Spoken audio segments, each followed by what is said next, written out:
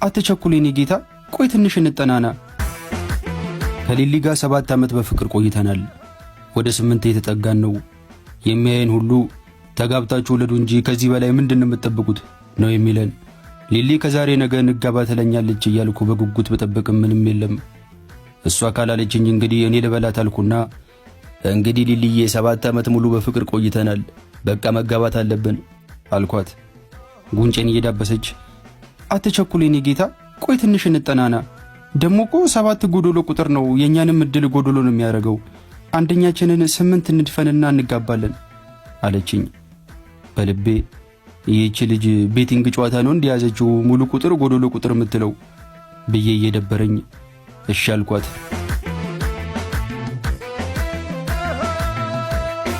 ከአንድ ዓመት በኋላ ደግሜ ጠየቅኳት። እሺ ያው 8 ዓመት ሞልቶናል፣ አሁንስ አንጋባም አልኳት። ወይ ዮብ ግን ችኮላ፣ ለምን ግን እንደ ስምህ ትዕግስተኛ አትሆንም? ምን አለ ትንሽ ብንጠናና አለችኝ። ተናደድኩ። ምንድነው አንቺ የነማቱ ሰላ ዘመን ላይ ምንኖር መሰለሽ እንዴ? 8 ዓመት ሙሉ ቆይተን ድጋሚ እንጠናና ምትዩ? ደግሞስ እንደሌላ ሴቶች የእድሜሽ መሄድ ምናምን አያሳስብሽም እንዴ? ነው ወይስ ያንቺ እድሜ ወደ ኋላ ነው የሚቆጥረው አልኳት። ለራሳችን ብዬ እኮ ነው ማሬ፣ አትናደድ። ፈገግ ብላ አሁን ደግሞ እኮ ጥሩ መተናል። 8 ዓመት መታገስ የቻልክ ልጅ ሌላ 8 ዓመት መጠበቅ ይከብዳል አለችኝ። ላብድ ደረስኩ። ማለት ሌላ 8 ዓመት እንጠናናለን አልኳት። ፈገግ ብላ ካነሰን ጨምራለን አለችኝ። እንባ በተናነቀው ድምፅ ኧረ ተይ ሊሊ፣ ሌላ ለሚጠናና ሰው ዕድል እንስጥ። ጥናትና ምርምር ቢሮ ራሱ እኮ እንዳንቺ አያጠናም። ኧረ ምን ጉድ ነሽ አልኳት። ከ2 ከ3 ከ4 ዓመት በኋላ የተለየ ነገር የለም።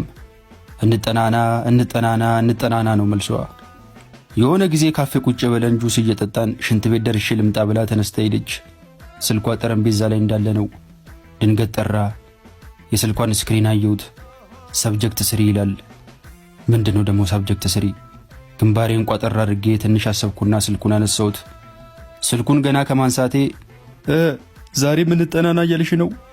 ኧረ ተይ ግን ተይ አትጮችብኝ ብሎ እምባ እየተናነቀው ስልኩን ዘጋ። ሌላ ስልክ ወዲያው ተደወለ።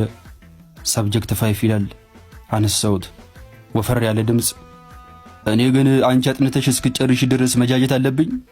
በኋላ ብልቴ በቪያግራ እንኳን መነሳት ማይችልበት ደረጃ ደርሶ እንዳይቆጭሽ ቶሎ ተጋብተን ብንወልድ ይሻላል፣ አስቢበት ብሎ ስልኩን ዘጋው። ሳብጀክት 7፣ ሳብጀክት 8፣ ሳብጀክት 9 በተከታታይ ደወሉ። ብሶታቸውን ለፍልፈው ዘጉ። የግንባሬ ደም ስሮች የተውጣጠሩ ሲሄዱ ይታወቀኛል። ምን እየተካሄደ ነው? ማናት ይቺ ሴት? የሁሉ ጊዜ አብሬያት ስቆይ ስሜን ስልኳ ላይ ማን ብላ ሴፍ እንዳደረገችው አላውቅም። ስልኬን አነሳውና ስልኳ ላይ ደወልኩ። ሳብጀክት 10 ብሎ ጠራ። ወይኔ! ሁለቱንም እጆቼን ጭንቅላቴ ላይ ጫንኩና ወንበሬ ላይ በጀርቤ የተለጠጥኩ። ለካ ሳብጀክት በስቶባት ነው ማጥናት ያበዛችው። ለካ ሳብጀክት በስቶባት ነው የምታጠናው ቶሎ የማይገባት። ከሽንት ቤት እስክትመለስ አልጠበቅኳትም። እግሬን እየጎተትኩ ካፌውን ለቅቄ ወጣው።